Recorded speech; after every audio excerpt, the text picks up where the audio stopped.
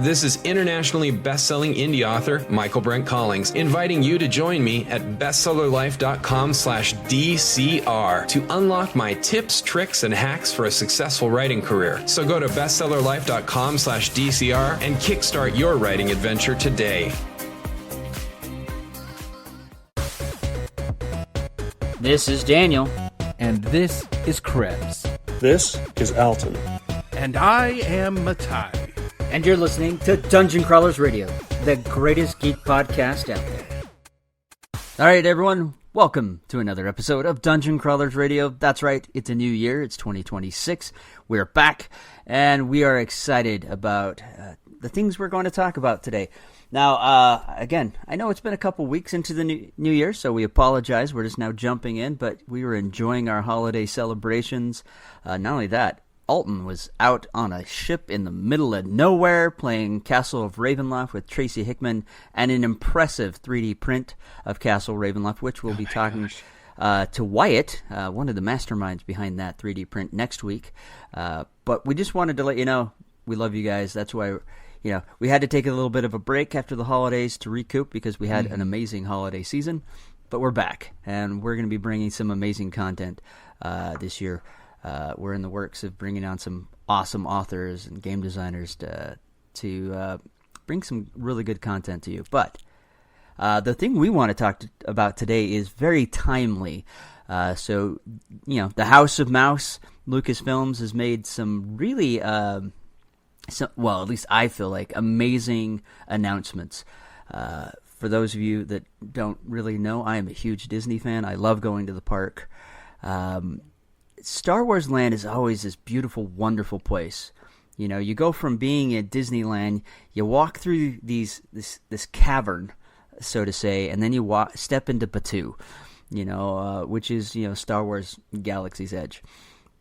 And they've done a fantastic job of making it feel like you've entered a world that you would feel like is in Star Wars.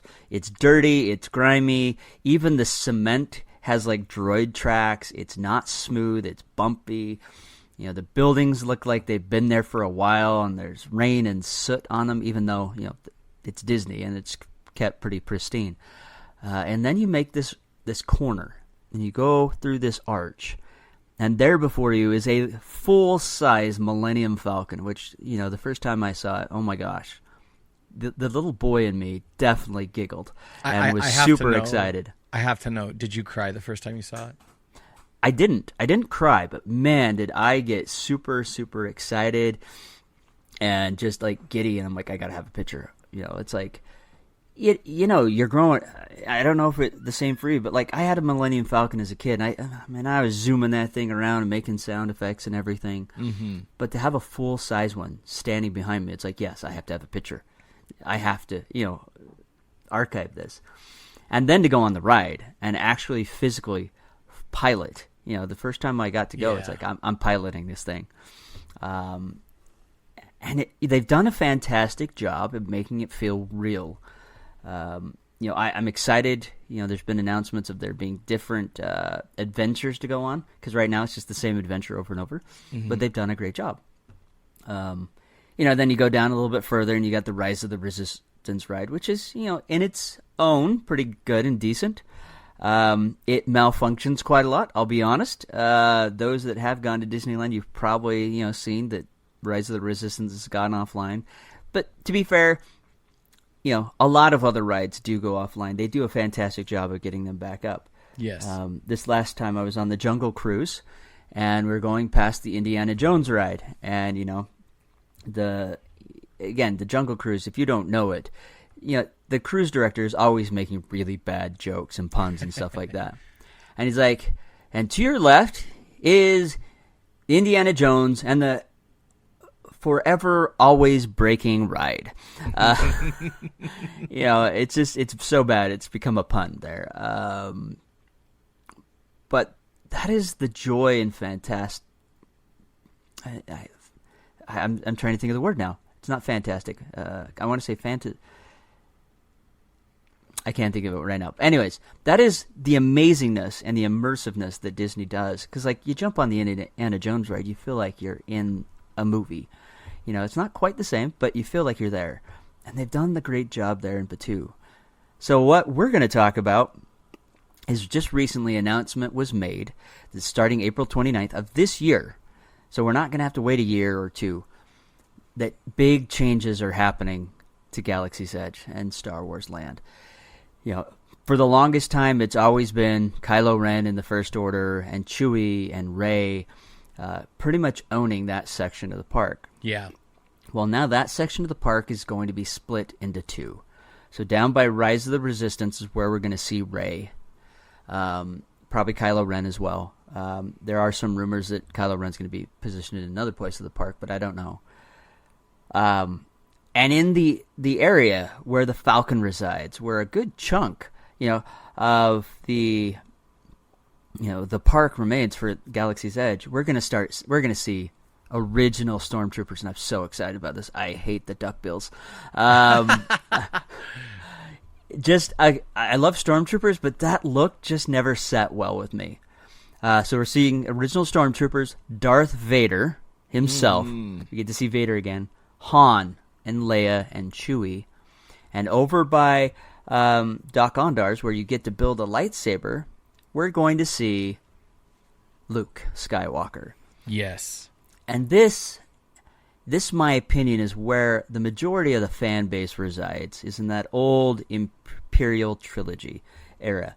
That's where it started. And so a lot of us, that's where our heart resides, in my opinion. Now, again, I'm not... those that love the sequel trilogies, that's great. That's fantastic. Love them. Cherish them. It's the same thing we've said about the sequel trilogy, or the prequel trilogy before the originals. If you love them, love them. And that's great. That's the joy of Star Wars. That's a lot. It's kind of the things we've been preaching about every fandom that we talk about here. Is it's okay if we disagree. Andor still exists. That's the great thing. Krebs loves Andor. Matthew and Alton love Andor. I'm just the outlier, but that's okay. That's okay. That's the thing. But this is exciting. This is exciting news because I kind of feel like because of the other things that have been going on, like it's been announced that Kathleen Kennedy is finally stepping down. And instead of having one single person, Dave Filoni stepping in to be the creative head and creative director, which I think that's his power, that's his majesty there. Yes. And then I forgot the other lady's name, and she's going to be handling the business end, the dollars, the ones and the twos and the zeros and stuff like that, which I think is a brilliant idea, because that way Dave can focus on what he does best. And this other person, and I really apologize that I forgot her name, can do the business end, and that's more than likely her expertise. And I think this is going to turn out to be a fantastic era for Lucasfilms and Star Wars, especially for us fans, because Dave was taught by the master. We've talked about it many times. There's also been those videos that you can go watch where he's talking to the directors and the creative team for The Mandalorian. And he talks about the Duel of the Fates kind of storyline that goes through The Phantom Menace. And how really this is about the fate of Anakin Skywalker, that fight. And when, we watched it, and I think we talked about it too in several episodes past, where it really changed the dynamic of that movie for us. And I think because Dave was taught by the master, George Lucas himself, Dave is a fantastic storyteller.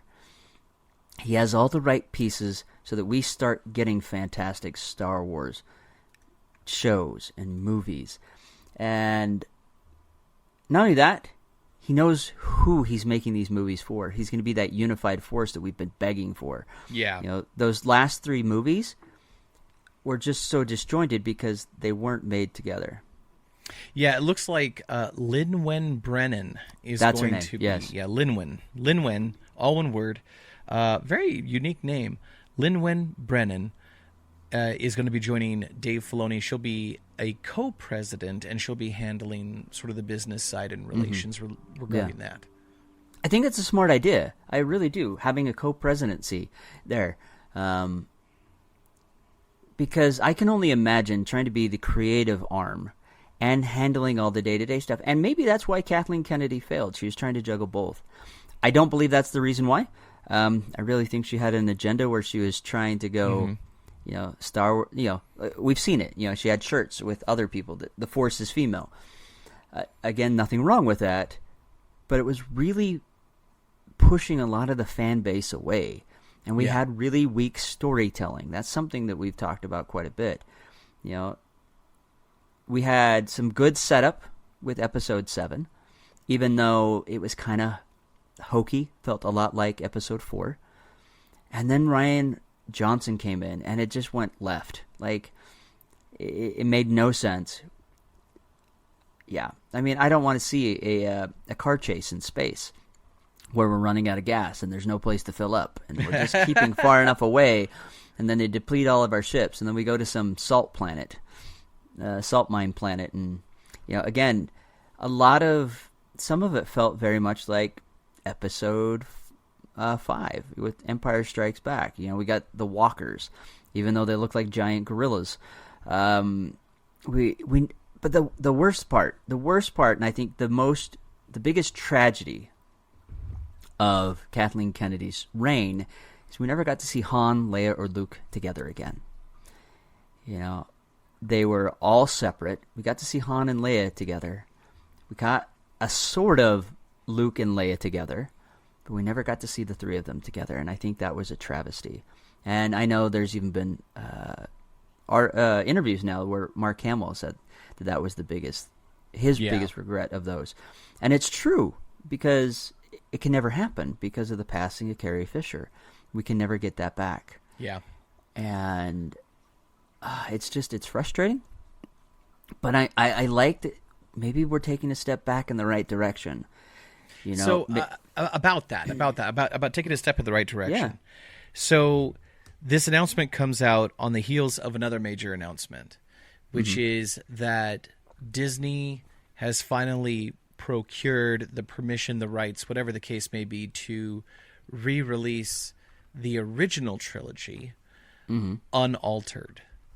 Yeah. Which for a long time there, like back when it was announced that Lucas was selling the Star Wars IP to Disney back in 2012, I my first reaction was, oh, this gives me a new hope. But and I really was. I was like, great, we're going to see the original trilogy. Disney is infamous. I grew up in the 90s. You grew up in the 90s where they had the vault, and they would put movies on a cycle, and then it would come out for a while in some new edition, and then it would go away. And I was like, they're infamous for doing this. They're going to re-release the original trilogy, only to find out that Lucas held the rights.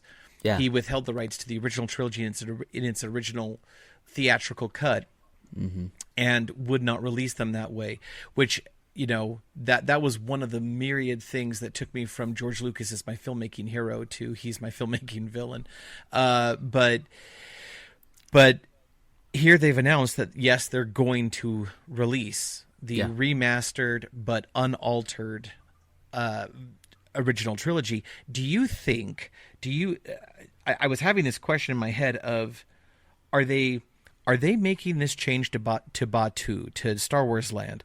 Are they making this change because they are serving the fans, or are they making this change to whet the palates before they do this re-release? And so they're kind of controlling the market demand a little bit, or at least they're manipulating it. I mean, it's a business. Of course, they're manipulating the market a little bit. There's two other things that I didn't get to. So in the marketplace area, you're going to see Ahsoka Tano, Mandalorian, and Grogu. I think what they're doing is bringing everything together. So instead of it just being, the sequel trilogies, they're bringing everything they've created together, so it's whetting everyone's appetite. So I don't think it's just. I think part of it is a marketing scheme. Let's be honest. Any business is going to do that. When it's like, oh, we have an opportunity, let's cash in on that. I think it's fantastic that they're going to re-release the originals. I still have my original VHS tapes that I will not get rid of because it is that original cut. Yes. I still have a working VHS player just for that reason. If it ever dies, I'm in trouble. I may need to find a way to get that. I know there's a device I can hook up my VHS player to, and then I can bring it into a computer and get a digital copy of that. We may have to work on that so we have the original. Can't sell it, but at least I have a digital version of it that I can watch if my VHS player goes I may out. or may not have access to the fan project that found all of the original footage, for the most part, of episodes 4, 5, and 6, and then remastered them in 4K. Oh, wow. That's amazing. I may or may not. Yeah. So this is the thing, is we love that era. We love these movies. And I think Disney is realizing that they're losing out by not including that. That's my opinion. Is they're like, okay, wait a minute. Why hasn't this been working? Well, it hasn't been working because we've got this iron grip. Yeah. Because we're trying to force feed these last 3 movies to everyone. And because of that, it's not working. So how is that working? I mean, over in Tomorrowland, there's the meet and greet, and it can be Boba Fett or Chewbacca or Darth Vader. Every time it's Darth Vader, that line is freaking long, and I waded through it this time. And I've done it with my kids. And the thing is, Darth Vader still demands respect. It's really funny if you took everyone in Disneyland and said, okay, you get to pick between Kylo Ren or Darth Vader to meet. I guarantee you the majority is going to Vader. Just because that character just holds something for all of us. Yeah. And the ones that go to Kylo Ren are probably the newer Star Wars fan that never really got to know the original trilogy, which is fine. But I think that's what it is. I think you're right. Part of it is a bit of a marketing scheme. Because this is another change that they're doing. Because when you're in Batuu, the music that's played is this other sound in music.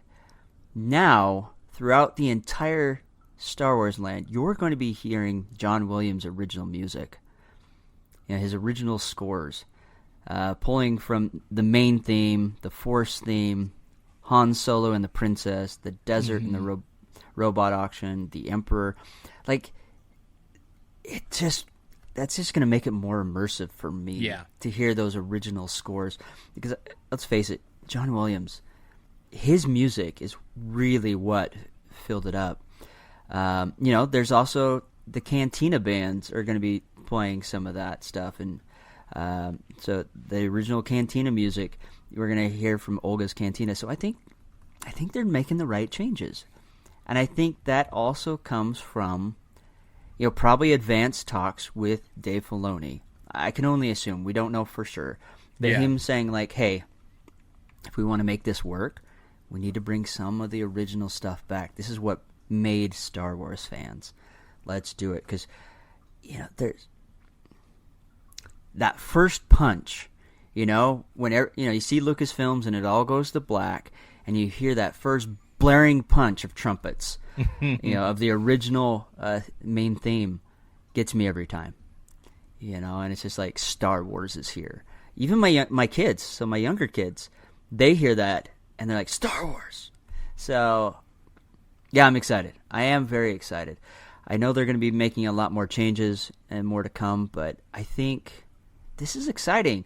And now I'm kind of reminiscent because I went Christmas time. Now I can't go in April to see this show up. I mean, I guess I could, but... Well, now, the timing of this, again, is... I find this fascinating, and I think this is...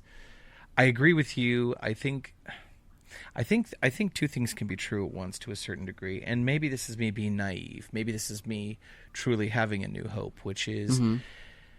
I think Disney, during the sequel trilogy... First, actually, let me back up a step. I think George Lucas, during the prequel trilogy, he sort of started he started down the dark side, if you will. And I'm gonna completely come out here. I realize we I stand by the statement that we don't knock people for having the fandoms they have. If you like something, you like it. I'm not going to yuck your yum. I am allowed to have a differing opinion about things than maybe some of our audience has, and that's perfectly fine. Yes. One of the things that I've noticed in the technology sphere is the attitude of Apple versus the attitude of... Well, let me rephrase. The attitude around the Apple ecosphere versus the attitude around more open spheres, right? So you've got Android, even Windows. Windows used to be a very closed-off environment. It's now a much more open environment than it used to be. It's sort of the hybrid that sits in the middle. Android and Linux and a number of other open-source platforms are more open to the public. Yes, I know Android is not open source, but it's more open to development than iOS. Now, Apple, and this was something that Steve Jobs talked about behind the scenes and became, known outside after some time, was like, he took the stance of, they don't tell us what they want, we tell them what they want.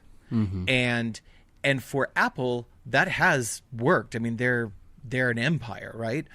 But one of the reasons I abstain from Apple, I shouldn't abstain, is a little strong, but one of the reasons I don't choose to go there myself, unless I'm forced to for work reasons, one of the reasons I don't go there is because as a consumer, I don't get a choice. I don't get the options. I don't get to customize. I don't get to have options to make it, to be part of it, and to own a piece of it that is uniquely mine, right?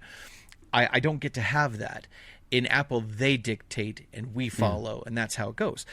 I think we could draw a parallel between that and the way the original trilogy was created versus the way that the prequel trilogy was created. And I've joked about this so many times.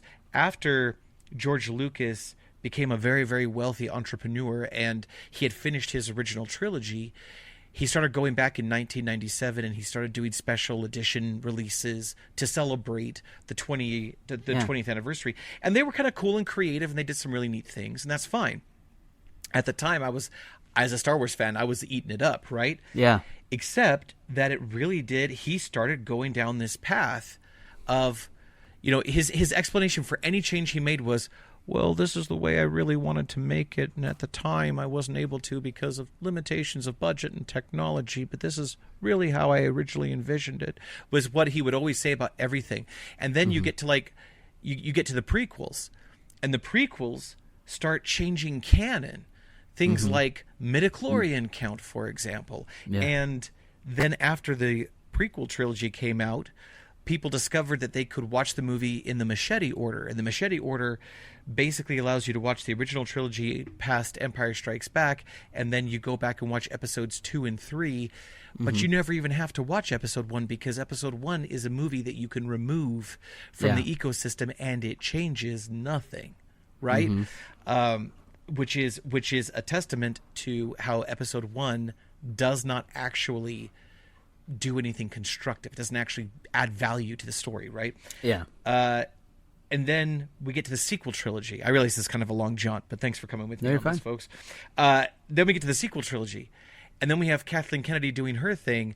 And at first it was, let's get J.J. Abrams in here. He's a real fan. He'll make a really good movie. And to be honest, as much as people might gripe about the first film, if you take the first film at face value, it at least sets up a number of story hooks that we could have built off of. Yeah.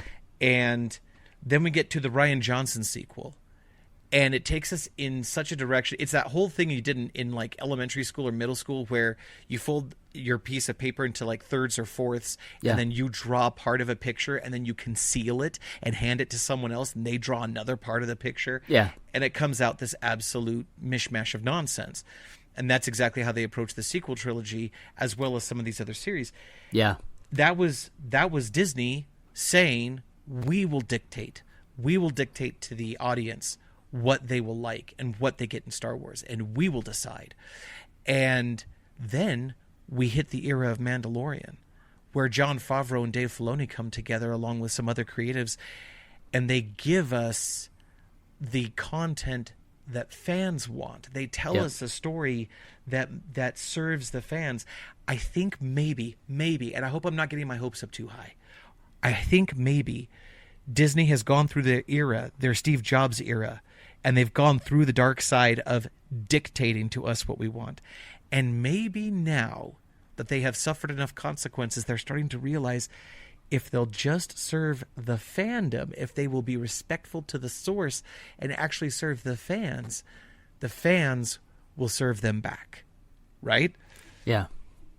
Well, what you said is spot on. I mean, so there was an interview that I found of Walt Disney years ago.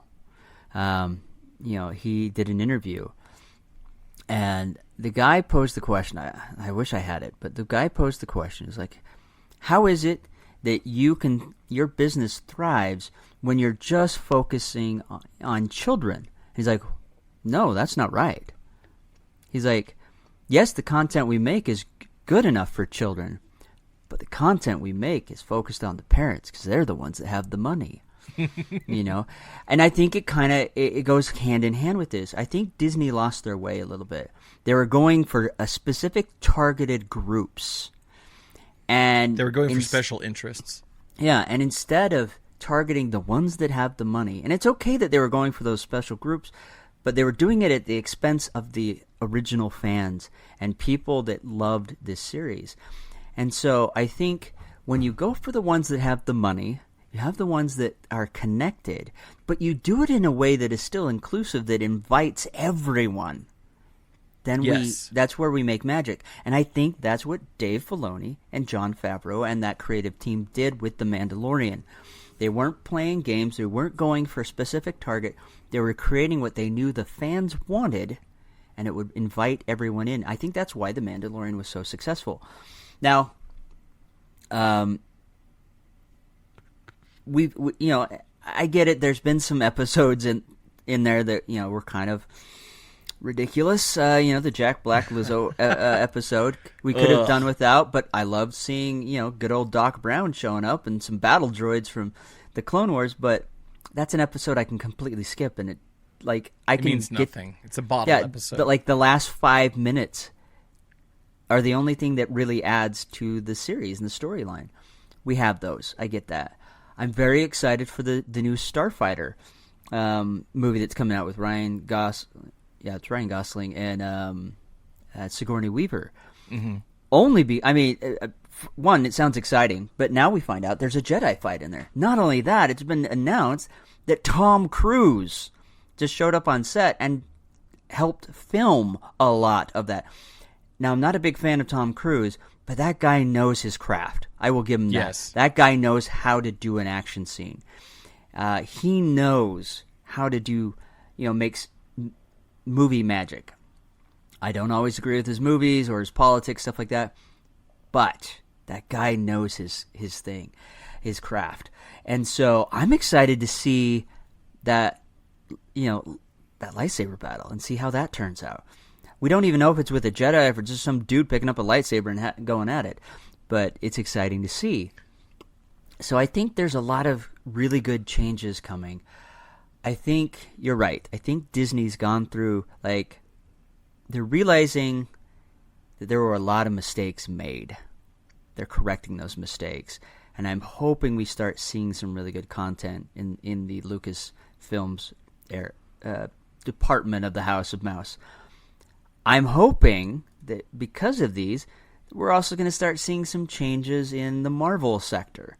It's great that Kevin Feige has been in charge of the Marvel era for so long. Maybe it's time to get someone else in there. Maybe it's time to get someone that's some new blood, because the Kevin Feige algorithm, so to say, it worked up until Endgame, but it's not working anymore. So yeah. I think we need something new in there. Even if we have someone that's a co-president and that's helping out. I think that would be fantastic. We need something else to change up things, because Fantastic Four was weak. It wasn't exciting. It didn't really motivate me to want to watch something else until I saw Doom at the very end and an end credit scene. But even then, it didn't give me enough.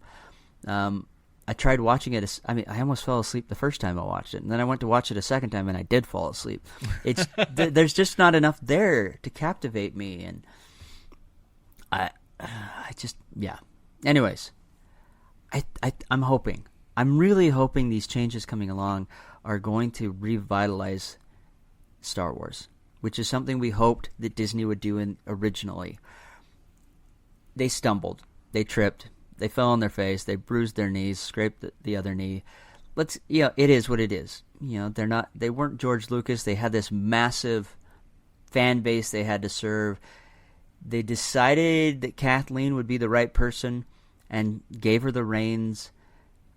I believe that was a mistake, but, we make mistakes. That's part of life, But the biggest thing is, did they learn from it?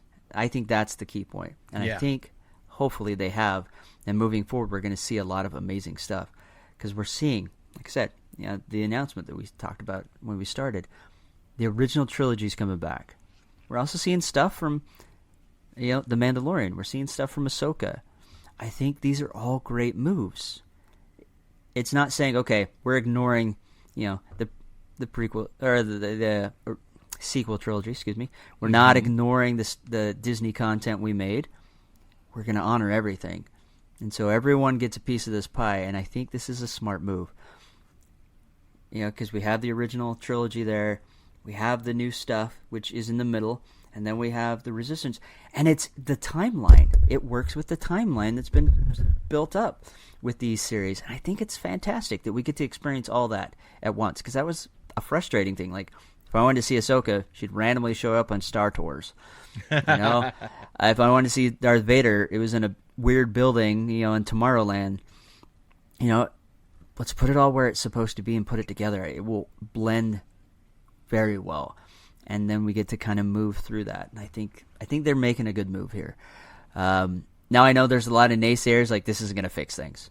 You're probably right. It's not going to fix everything. But it's a step in the right direction in my opinion. I agree. Oh. If you haven't realized, we love Star Wars. We're big fans. I'm probably as big of a fan of Star Wars as another 1983 movie that Krebs is a big fan of. And if you don't know what that is, you need to watch almost every episode since Krebs has been on the show because it's pounded in. Star Wars has deep meaning in so many ways for me, and I think it has a lot of meaning for other people out there. And so seeing it done properly, I think, is important. And I love Disney. Don't get me wrong, I love Disney. They've done a lot of great, fantastic things, but I do think every now and then they lose their way. They find out, oops, we made a mistake, and they turn around and fix it. The whole 90s era where, we had movies made to DVD. Straight and they to made video. And they made sequels of almost every movie. Right now they're making remakes of every one of their movies. So we didn't need Cinderella 3. No. We didn't need Little Mermaid 2. But Lion King 1.5 was surprisingly good. Well, that's because it was still part of 1, and we were just kind of seeing the behind-the-scenes stuff with Pumbaa and Timon, and you can't go wrong with Pumbaa really and Timon. Those two characters were amazing. The original Pumbaa and Timon, excuse me. The newer one, nothing against Seth Rogen, but it's just not the same. It's just not the same. The Lion King 2, no. 1.5, yes. I love that one. True story. Return of Jafar. We didn't need that. Never needed it. And we also didn't need the... Was Sean Connery even involved in the third one? I can't even remember. It was just a character like him, I think. But there was a third Aladdin straight to video, and you mean Robin Williams? Robin Williams. Well, Robin Williams was Robin Williams was replaced in Return of Jafar. Yeah. But there was a third Aladdin film, and there was it was King of Thieves. That's what it was, King of Thieves. Or that's Robin. And I gotta look it up, man. You said Sean Connery, so I'm like, I know. wait a minute. Sean Connery was in an Aladdin one? I gotta remember who was in the third one. I think they may have styled the new character in the third one after him. Okay. Because, I remember they mentioned something, I think it's something in the King of Thieves, which would make sense along that storyline. Yeah, it's Aladdin and the King of Thieves. Okay. But anyway, off topic. Robin Williams did come back for the genie on that one, but it was somebody else for the King of Thieves person. So the Return of Jafar is the same guy that did the voice for Homer. that did the genie voice, I believe. Oh, interesting. Yeah. Yeah, because they turned it into a TV series, and that was like the first couple episodes, and yeah, it was just bad. It was bad. It was terrible. And the point is, if a movie went straight to video, that said something about the movie typically. Yeah. There were a few hidden gems out there, but the vast majority were like, no, if it's not good enough to produce for theaters, it's probably going to be low budget, B-level, C-level expectation. But again, they found the errors of their way. They pivoted, course corrected. I don't think you can find any of those straight to DVD movies on Disney Plus, which is weird. But Disney finds their way, and I think this is what they've gone through that dark phase, like you said, gone through the dark side.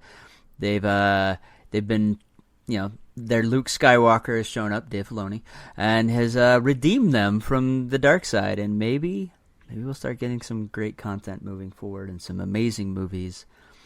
And, a year or two from now, we're going to be going, oh my gosh, these Star Wars shows are the greatest. Yeah.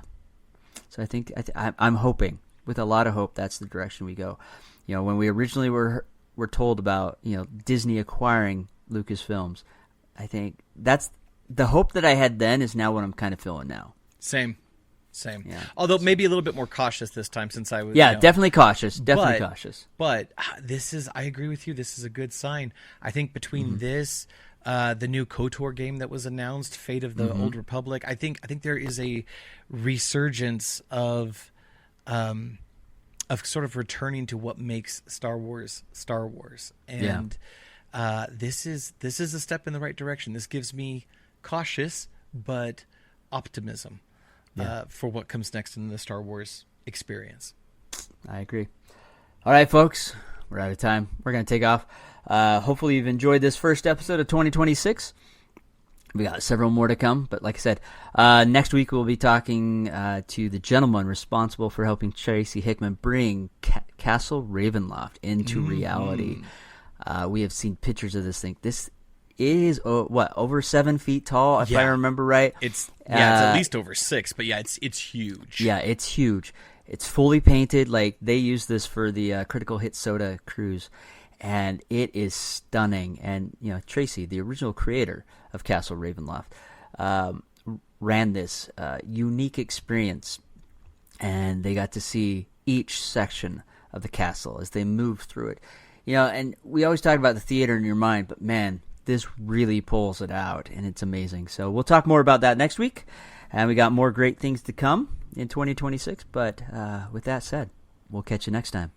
And wait, I almost jumped into my outro, but first, and Dungeon Crawlers, tell your story, whatever may come.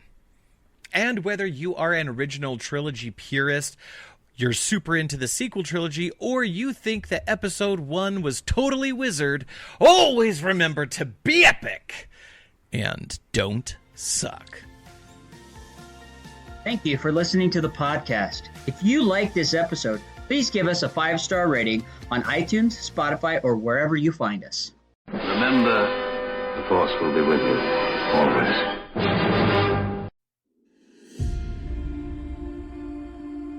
What happens when modern magic, high-tech weaponry, and an unstoppable dragon collide?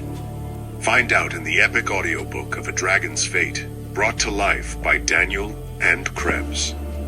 This Whitney Award finalist novel will pull you into a pulse-pounding world where a secret cabal battles for power, and a dragon could bring everything to an explosive end.